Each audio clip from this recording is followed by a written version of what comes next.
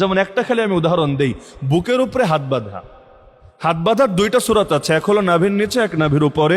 শাফিঈ মাযহাবের মত নাভির উপরে, হানাফি মাযহাবের মত নাভির নিচে।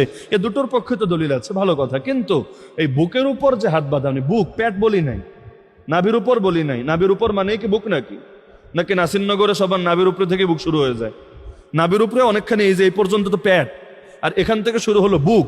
এই যে বুকের উপরে হাত বাঁধে না, এটার পক্ষে একটা সহিহ হাদিসও নেই, একটাও নেই। কি বাঁধে না? তারা বাঁধে না, দাবি করে কি যে আমরা সহিহ হাদিস মানি, ঘোড়ার ডিম মানি। একটা সহিহ হাদিস দেখাতে পারবেন। এমনকি শায়েখ আবু বকর জাকারিয়া পর্যন্ত, বাংলাদেশে খারেজি বানানোর মেশিন, উনি পর্যন্ত স্বীকার করেছে যে না, এটার পক্ষে আসলে সহিহ হাদিস নাই, হাদিসটা জয়ীফ, হাদিসটা দুর্বল। তবে যেহেতু নাভির উপরের পুরোটা কি বুক বলে, তাই আমরা এটাকে বুক বলি আর কি। আমি শুনে অবাক হয়ে গেলাম যে এই নাভি আবার কোন দেশের নাভি, মেড ইন চায়না না মেড ইন জাপান, আল্লাহ ভালো জানে।